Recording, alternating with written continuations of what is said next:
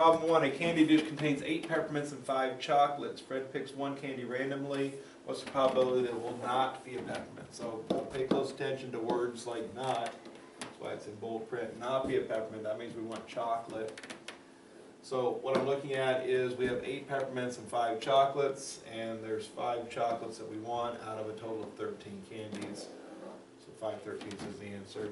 Only people that ever miss that, they just don't read the problem here, so be careful. Number 2, this one also is about reading things that are important. The sum of 4 numbers is 320. Find the average of the numbers. So this and this give you everything you need to know. It doesn't matter what the first 2 numbers are. If they give me 3 numbers and ask for the 4th, that might be important. But if I know the sum of the numbers and how many numbers there are, that's what an average is.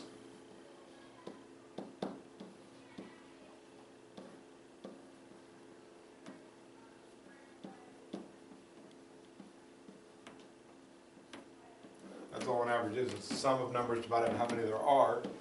So we know the sum is 320. And we know there are 4 numbers. 320 divided by 4 is 80. So on the test you can expect to get a similar piece of information. And again, I might tell you what the first 2 numbers are. It doesn't matter what they are. All that matters is what the average is. Number 3, solve x squared equals 36. Keep in mind that when you take the square root of a number, you're required to take the positive or negative square root of a number. So to make x squared become x, I'm taking the square root. So to make 36 become the answer, I'm going to take the square root. But plus or minus is required there. So plus or minus 6. If you test it out, negative 6 times negative 6 makes positive 36. Positive 6 times positive 6 makes positive 36. Both answers work. The other technique for solving the same problem would be to set it equal to 0. It's the difference of squares, so it factors to x plus 6 times x minus 6. And then we have factored form, so factor 1 equals 0, or factor 2 equals 0. And that just gets me minus 6 and plus 6, 6. So x is equal to negative 6 or positive 6. That's the same answer as that. This is just a lot more efficient. Number 4, solving a quadratic equation. First thing I concern myself with is the quadratic term. I like that term to be positive, so if it's negative, I want to make everything equal 0. If the quadratic term is negative, I like to move it. So I'm going to move x squared to the right. I need to move 11x to the right also, so everything on the left goes to the right, leaving me with 0. And then I'm putting descending order, so x squared first, followed by plus 11x, followed by plus 30. X squared became positive because it moved. 11x became positive because it moved. 30 stayed positive because it stayed where it was. And once you get descending order equal to 0 in a quadratic function, we're looking for factors of positive 30, whose sum is positive 11. And those would be 5 and 6. So what that does then is x plus 5 times x plus 6 is equal to 0. And once I know that x plus 5 times x plus 6 equals 0, factor 1 equals 0, or factor 2 equals 0. And then it's just a matter of solving each of those individually. Move the 5 over, change the sign. Move the 6 over, change the sign. I get 0 minus 5 is negative 5. 0 minus 6 is negative 6. Number 5, polynomial division. We're dividing by a binomial. So first off, recognize what type of division it is to establish how to do it. In problem number 5, I'm dividing by a binomial which requires long division. Long division is the divisor goes out here, the dividend goes in here, and if any power of x is missing, we put a 0 term in to represent it. So x cubed, there's no x squared, so plus 0x squared, and then minus 2x minus 1. And the division step is to divide first by first. So whatever the first thing inside divided by the first thing outside. First thing outside is going to be x every time. So just basically all that's happening is the power drops by 1. So 3x cubed divided by x makes 3x squared. Whatever answer you get up here multiplies by both pieces. So you don't only divide by the first, but you're going to multiply by both. 3x squared times x is 3x cubed. 3x squared times negative 1 is negative 3x squared. Then you subtract. Subtraction is changing signs. Both of these signs change their opposites. So 3x cubed becomes negative. Negative 3x squared becomes positive. These are opposites. They cancel. These add, and 0 plus 3 just makes 3. The 0 term didn't do anything except create space so that I had something to add to my 3x squared that's going to happen. Then I bring everything else down, and I repeat the process. As long as there's x's in here, I keep dividing. So 3x squared divided by x is positive 3x squared divided by positive x gives me a positive 3x. 3x times x is 3x squared. 3x times negative 1 is negative 3x. Then I subtract. Subtraction is changing signs. 3x squared becomes negative. 3x becomes positive. 3x squared minus 3x squared cancels. Negative 2x plus 3x makes positive 1x. Bring the 1 down. Still an x there, so keep dividing. Positive x divided by positive x is positive 1. Multiply 1 times both things. 1 times x is x. 1 times negative 1 is negative 1. Subtraction is changing signs. X becomes negative, 1 becomes positive. X minus x cancels. Negative 1 minus plus 1 also cancels. So I got a remainder of 0. Remainder of 0 simply means that's my answer. If I got any other remainder, let's say it's positive 5 plus 5 over x minus 1. Minus 2, negative 2 over x minus 1. So whatever the remainder is, plus or minus, and then the number over the divisor. This has no remainder. If I remember right, the test, there are no remainders on these. So expect a remainder of 0. If you don't get that, you probably messed up. The most common mistake is forgetting to change that second sign. So that's the first place I'd look if I was checking for mistakes. Number 6, same type of problem. I'll go through this one a little bit quicker. So we're dividing by a binomial, so long division again. X minus 2 inside x cubed plus 0x squared plus 0x and then minus 8. So once again, divide first by first to get answers, multiply, change signs, add like terms, continue on, repeat the process again and again and again. So x cubed divided by x is x squared. X squared times x minus 2 is x cubed minus 2x squared. Change both signs, becomes negative, becomes positive. These are opposites, they cancel. These add. Bring everything else down. Still x is alive, so do it again. Positive 2x squared divided by x is positive 2x. 2x times x is 2x squared. 2x times negative 2 is negative 4x. Subtract by changing signs, becomes negative, becomes positive.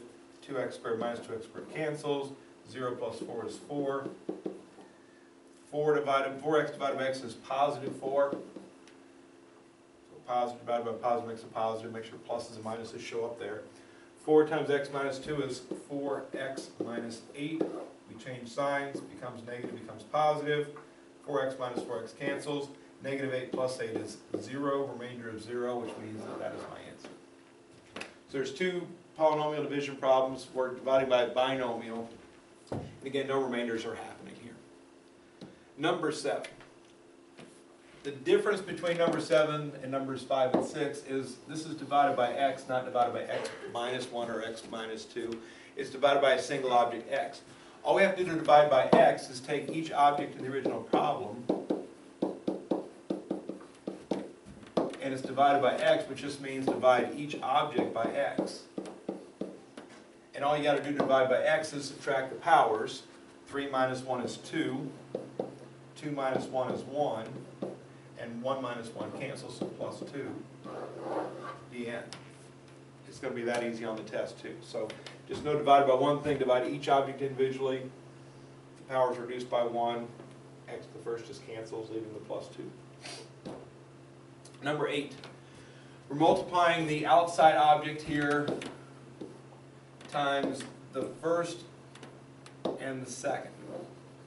And when we multiply the whole numbers on the outside multiply together, the numbers inside the radicals, we're going to extract them more. So when I do 3 squared of 5 times 2 squared of 10, I'm multiplying the 3 times the 2 to make 6 outside. Where inside, instead of multiplying 5 times 10, I'm going to do 5 times 5 times 2. There's 5, there's 10. And again, the whole purpose here is to simplify as much as possible. You can see that we have a pair of 5s. I can pull one 5 out like so to make a better expression. We'll worry about the rest of that in a moment. When I do the second multiplication, I'm multiplying 3 times negative 4. That makes negative 12. I'm going to go negative and leave a little space here and then put a 12. Square root. And then I'm multiplying 5 times 3, which is 5 times 3. They're both prime. I can't break them down anymore. Okay, so once again, the 5 and the 10 made 5 times 2. The pair of 5s gets to come out. 5 and 3 are both prime. They don't break down anymore. There's no pair, so nothing comes out. I left some space in case there was a pair. I'd have some space to put it there without having to cram everything into a small spot there. And then what's left to do is to make each object as pretty as possible. I want all multiplications done. So 5 times 6 is 30. And there's the square root of 2 left. Minus 12, and then there's the square root of 5 times 3, which is 15. So once you get everything fixed as much as possible, one object times the square root of one object minus one object times the square root of one object. You want all those multiplications done in each location. And that's what the answer should look like, something along those lines. In the event that everything comes out of a radical, the radical just disappears. So for example, if there's one more 2 here, then that 2 would come out. We would end up with 60, and then that's it, because square root of nothing. So you don't put 60 square root, don't do that. You just put 60 and that's what you put. But again, for this problem specifically, there was no extra 2 there, so that will be the final answer. Number 9, same type of problem. And that actually does, this is actually going to do what I just mentioned a moment ago. So when I multiply this times this, I'm going to get 2 times 3 on the outside, which is 6, and 7 times 7 on the inside. When I multiply this times this, 2 times negative 4 is negative 8. Oops. Again, leave myself a little space here. Square root. And then when I do 7 times 14, 7 is prime, 14 is 7 times 2. So looking at the first one, I have a pair of 7s, so I can pull a 7 out. The second one, I got a pair of 7s, I can pull a 7 out.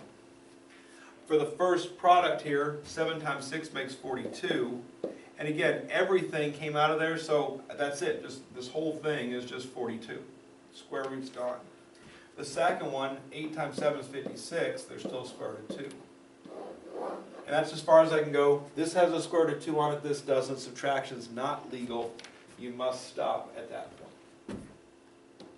Number 10, g of x equals 5 minus 2x squared plus 3x. Find g of x plus 1. All this wants you to do is to take the x plus 1 and replace it for all the x's.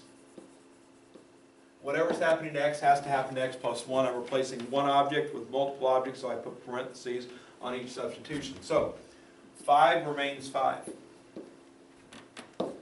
Minus 2 remains minus 2. That's being multiplied by x squared, and again I'm changing x into x plus 1. X was being squared, so x plus 1 is being squared outside the parentheses. Plus 3 remains plus 3. Times x becomes times x plus 1. All the x's change to x plus 1s within parentheses. Whatever's happening to x is happening to the new substitution. 3 is being multiplied by x. 3 is being multiplied by the entire expression x plus 1. X is being squared. The entire expression x plus 1 is being squared. That whole thing is being multiplied by 2. What's left to do then is to simplify in the proper order. So, we've got 5 minus 2. X plus 1 squared is going to be, if I did FOIL, x plus 1 times x plus 1. That's what x plus 1 squared means. X times x is x squared. X times 1 is plus x. 1 times x is plus x. 1 times 1 is plus 1. That's 2x. So altogether, x plus 1 squared is x squared plus 2x plus 1. So all I did there was I fixed that x plus 1 squared to make this. Now I'm going to distribute. So the next thing I'm going to do is distributive property here. And a distributive property here. Get everything simple as possible. So this 5 is being left alone in this process. Negative 2 times x squared is negative 2x squared.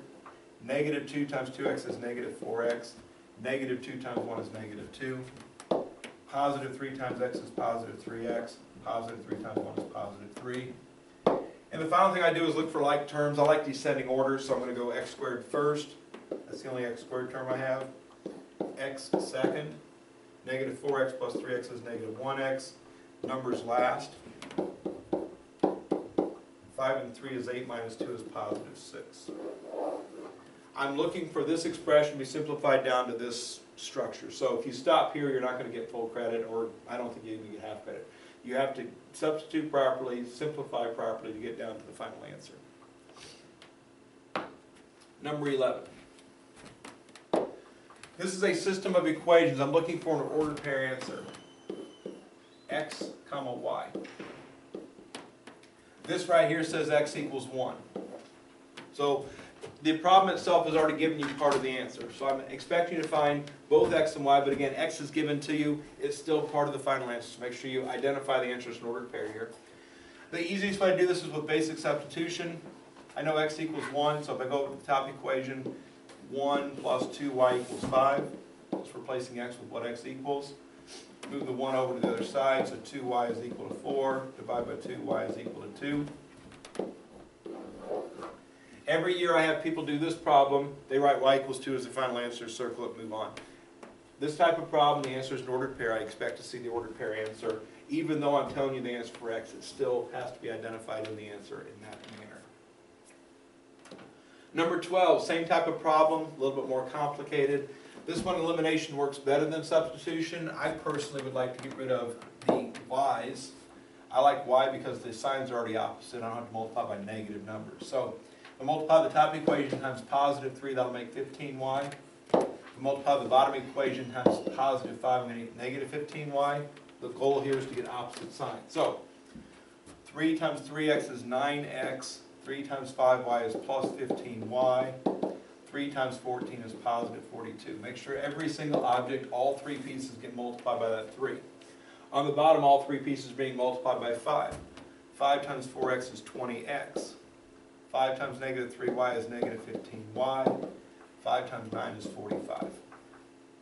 Once I get both equations multiplied, looking at my y objects, they should be opposite. That was my intention.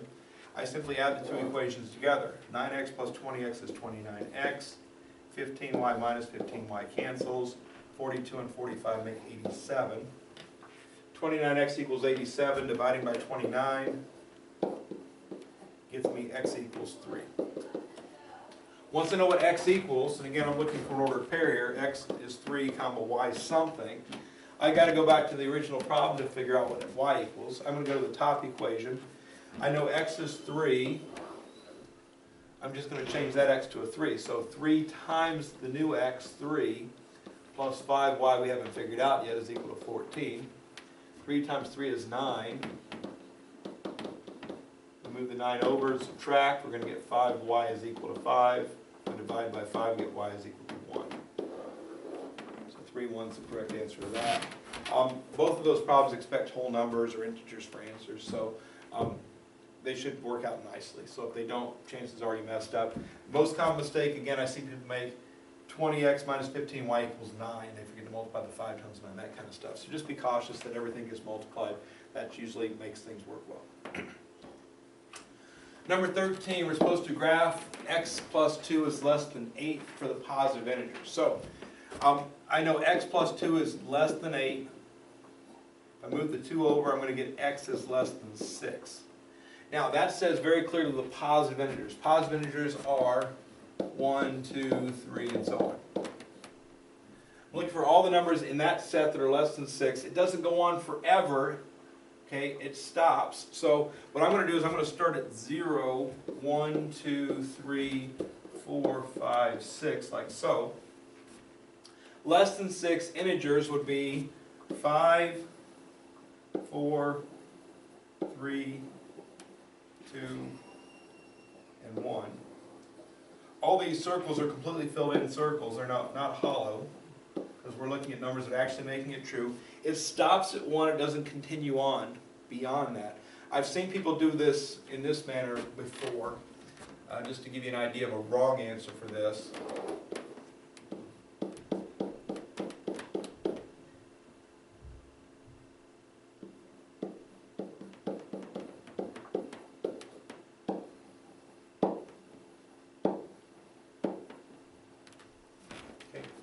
Obviously the same number is being graphed here, but 1 is not included, so I've left 1 off.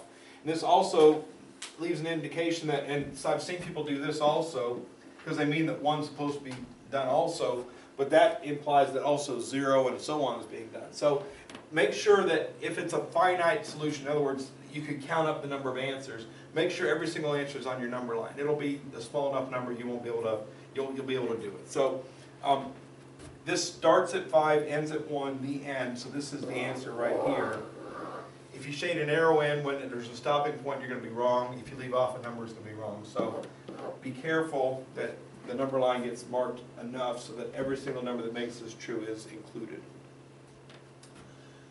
Number 14. This one looks harder than it is. Some people get a little bit flustered when they see a negative power in an equation. We haven't done those before. But that's just 2 to the negative second power. Also I have 2 and 1/5 x. I don't like mixed numbers in problems. So I'm going to make this a mixed number, an improper fraction. So 2 times 5 is 10 plus 1 is 11. So I get 11x over 5. That's what that is. 2 to the negative second power is just 1 over 2 squared, also known as 1/4. So again, there's a negative power, but I have the ability to evaluate that very easily. Negative power goes in the bottom, 2 squared is 4, and if nothing's on top, you put a 1 there. That equals 1/10. So that's the first step in this problem. The one on the test you can expect to be similar in nature. You'll have some mixed number x, fix it, improper fraction. You'll have some number to a negative power, fix it so it looks like just a regular fraction, and then equal some nice looking fraction there. Okay. Next thing I want to do is I want to get rid of the fractions. It is an equation. This is legal. I can do it. Common denominator of 5, 4, and 10 is 20. Any common denominator will do. 20 is the least common denominator. Divide, then multiply. 20 divided by 5 is 4, times 11 is 44x. 20 divided by 4 is 5, times 1 is minus 5. 20 divided by 10 is 2, times 1 is 2. So 44x minus 5 equals 2. We move the 5 over, becomes plus 5. I get 44x equals 7. And if 44x equals 7, we divide by 44 to get the answer. 7/44 is the right answer. Chances are on your test it'll come out to a fraction also. So just make sure you carry through properly. And again, I recommend getting rid of fractions. This is always easier than that. If you want to get a common denominator and keep all the fractions in there, that's up to you. But getting rid of the fractions is the easiest way of doing that. Finally, number 15, we're supposed to evaluate. I can't evaluate anything until I know what A and B equal, and I don't know what A or B equals. So I'm going to start with that. B minus 1 equals 5, move the 1 over, B equals 6. B equals 6, which means A is equal to 6 over 2, so A is equal to 3. You see, A's value is dependent upon B's value. So finding B, I know what B equals, put B there, 6 over 2 is 3. Now I know what both A and B equal. And what I'm going to do is I'm going to put A right there, I'm going to put B right there.